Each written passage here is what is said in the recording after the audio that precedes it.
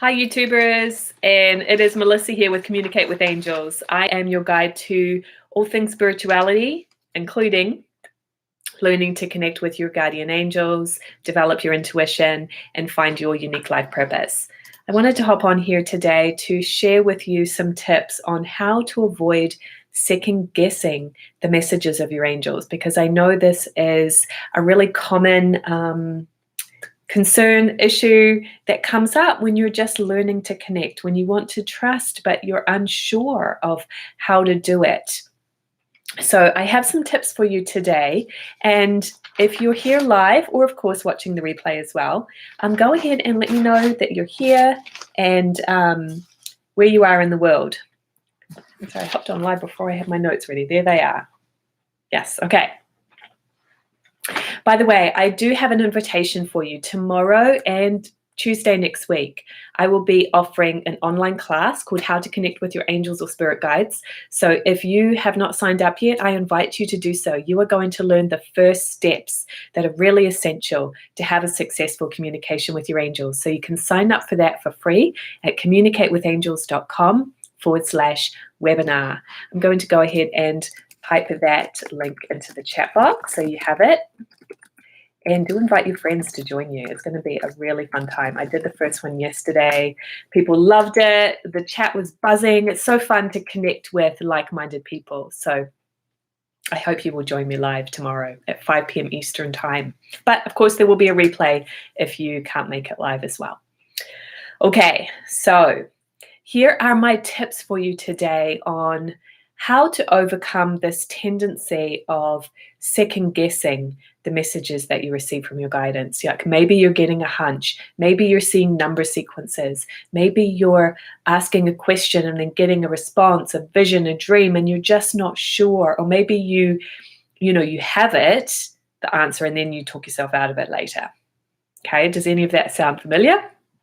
So there is a level of trust that is required in order to really have success with your angel communication. So hopefully from these tips that I share with you today, you are going to recognize kind of where you're getting in your own way so you can replace that with a more positive solution and really be on the right track with your angel communication, because that way you can actually utilize the help that's there for you. Yeah? Okay. So the first thing I want to share with you is notice the moment in the process where you start to second guess yourself. So is it when you first get an intuitive hit or a message? Do you start second guessing it right away? Well, that can't be right. I just made that up. Is that really me? Is that really my angels? Okay.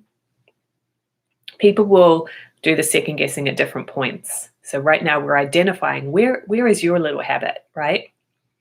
Maybe you stop yourself from getting anything at all. Like you're so tense, your angels can't get through even in the first place, and you feel like you're not getting anything. Maybe you start second guessing yourself when you don't see the results right away. You're not seeing things come into fruition in the material world. So then you start thinking, oh, well, this is crazy anyway, because you had an expectation that it should be working out by now. Maybe it's after a certain amount of time. Maybe you have a tendency, like after a couple of days, you get distracted or start talking yourself out of it. Maybe it's after 10 minutes. Maybe it's after an hour. Maybe it's after 3 days. So there could be a pattern. And maybe you start second guessing yourself when someone else questions you or gives you pushback, right? You've shared it with somebody and they say, oh, that's crazy, or that's not right because you can't do that because. Is that when you start second guessing yourself? You were fine until you got their pushback. I know I can raise my hand on that one. So I have a suggestion for you, which is to just notice this over the next 7 days. Where is the second guessing coming in for you in this process? And by the way, I see quite a few people have hopped on live, so feel free to say hi in the chat where you are in the world, and any comments or questions you have today, I'm happy to answer them, okay? So by observing this, where in the process you're second guessing, you start to recognize the habit. And to actually just see that for what it is, that it is just a habit, it's just a tendency that could have been with you for quite some time. And why do we have these kind of self-sabotaging habits? Well, actually, it has served you in some positive way, right? So if you have that tendency, for example, to start second guessing yourself when you get pushback from another person, well, that could have been something that you learned to do in childhood, because when we're very small, it really is in our best interest to kind of go along with what our parents say, to avoid getting in trouble, to avoid being judged, or etc., etc. Okay, so that habit then stays with you subconsciously. When you get feedback from somebody else, you go, oh, maybe they're right, because that's what you did learn to do for your parents, and you got approval for that from your parents. But it's actually not serving you now at this time in your life. So as we start to uncover these things, we can see, okay, this is actually just a habit that I'm doing. It's really nothing to do with my angels not being there or them not talking to me.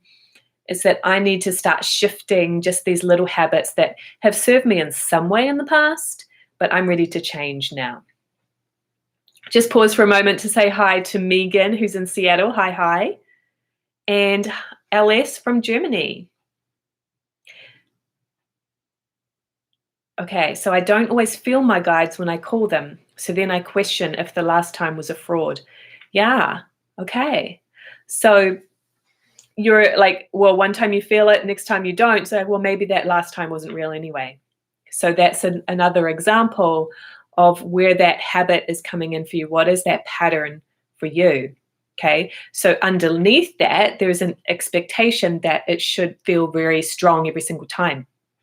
But who's to say that's right? Okay, so as you start to see this habit, then you'll say, okay, I can actually now see this for what it is, and I can choose to change it. Can't change something until you know what it is. Now, be careful there of the tendency to start beating yourself up now that you recognize the pattern that you couldn't see before. That's something that I know I can do. I'm like, oh my gosh, why am I doing this again? When before I didn't even realize I was doing it, so I wasn't beating myself up for it. So it's this kind of funny thing that can occur. So it's really important as you're healing and growing to just be patient with yourself. So once you've recognized that habit and looking at how you can shift that, what's the solution? I suggest that you choose to take on a new belief that you are your own best psychic. You are going to start having 100% confidence and faith that you have your own answers inside of you. So it doesn't matter how long it's been, it doesn't matter if somebody else judges it doesn't matter what's going on in the environment, because you now have this strength and inner confidence that you are your own best psychic. And then you won't look for outer validation anymore. Now, it's wonderful to have feedback and mentoring and help from others. That can be something that will enhance your growth for sure. But you always get to choose and decide to what percentage you are going to take on somebody else's advice. So maybe somebody gives you a suggestion and you say, oh, I'm going to accept that 0%. That does not resonate with me at all. And that's okay. Maybe you say, I'm going to take that 50%. Some of it I agree with, some of it I don't. Okay, great. I have some students that do that in my programs. And then maybe you say, that resonates so strongly, I accept it 100%. But you get to choose that. And the cool thing too is when you learn to communicate more directly with your angels, you can actually ask for that kind of percentage. That really helped me one time years ago when I was in a relationship with someone that was very critical of me, and I started to question if they were right. And I actually got from my guidance that there was 0% truth in they were saying. And one occurrence, I remember that very distinctly. There is 0% truth in that person criticizing you. I was like, great. And then I'm not going to listen to it. So it all depends, right? But when you have this belief that you are the interpreter and you are psychic then it doesn't become a questioning of your angels anymore. It doesn't become like, is that right? Is it wrong? Am I making it up? It becomes this empowering process and experience of you then interpreting the message and asking to go deeper and just accepting it for what it is. How would it be if you tried for 7 days never to second guess yourself? Or if you notice yourself doing it, you go, let me just trust this and see what happens. Fake it till you make it. So that's my suggestions for you guys today. I hope that gives you some food for thought. And I'm going to go ahead and answer questions that have been posted. So if you have any other questions while I'm here, please post them now. So Megan had said, I struggle with expectations of myself. I meditate and pray every day, and I've been growing in my psychic abilities, but I know at times I feel like I should be at this point, etc. Yeah, well, I mean, the good thing is that you're aware of it at this point, because the first thing you said was you struggle with expectations, and that's exactly what that is. It's an expectation. So this really comes down to 100% love and acceptance of what I am experiencing right now, and not thinking that it's wrong or that I should be further ahead than anybody else. It's that true acceptance of this is my process and I'm exactly where I need to be. And I believe that for you, Megan. Green Bean X, do you feel angels vibrate your upper chakras, crown, third heart, compared to lower chakras? So each one of you, if you're connecting with your personal team of angels, each one actually has a different place on the body where they'll send you chills. So it just depends. A lot of people are more sensitive around the head area, and that's why we do the cleansing technique around the head, because this is where energy, well, this is the outflow through the third eye, and the inflow is through the pineal. So it's just, there's a lot of energy there. So I'm not surprised that you might feel it more strongly on the head, but you could have a guide that touches you on your foot. You just don't know. So I don't think there is any rules to that at all. It's just personal experience. Tunde Tima, hello, I'm from Romania, Europe. It always reminds me of gymnastics. I love gymnastics. Romania was such beautiful gymnasts. Can your angels be your deceased parents? That's a really good question. So no is the short answer. Your personal team of angels are souls who have graduated from planet Earth, and you attracted them before you were born to assist you to fulfill the life purpose that you chose for yourself for this lifetime. So your parents were not in, they were in a physical body living at that time. So you have, if your parents are deceased, my father has passed away, I have an affinity with him. I have a connection with him. I can feel his energy visiting me at times, but it's not one of my guides in that he's not there to help me or mentor me. He is more like, it's more of an equal connection. It is an affinity, a friendship, and more of an equal footing rather than my guides who are more evolved in the evolutionary process. Because the reality is actually that children are almost always older souls than their parents. So like my son, I'm sure, is an older soul than me, like, just more spiritually advanced, not in a greater than, lesser than way, but he's refined some things that I haven't. So that kind of gives a different perspective on that whole thing of, well, my parents would be my spirit guide because I'm actually more far along the path than them. So I hope that helps to answer that question. I think people just get confused with that because they feel the presence of their loved ones around them and then kind of make that assumption that that's their spirit guide, or they've been told that that's how it goes. And it's just a different kind of relationship. You're welcome. Okay, well, I don't see any other questions. Now's the time to ask if you want to type it in real quick. Otherwise, I am thrilled to connect with you here.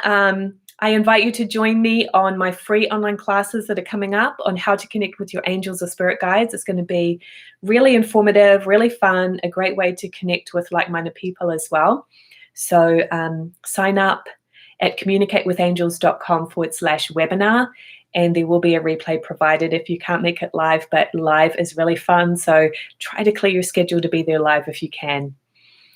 All right, everybody, have a wonderful, wonderful Wednesday, and I will speak with you again soon. Bye.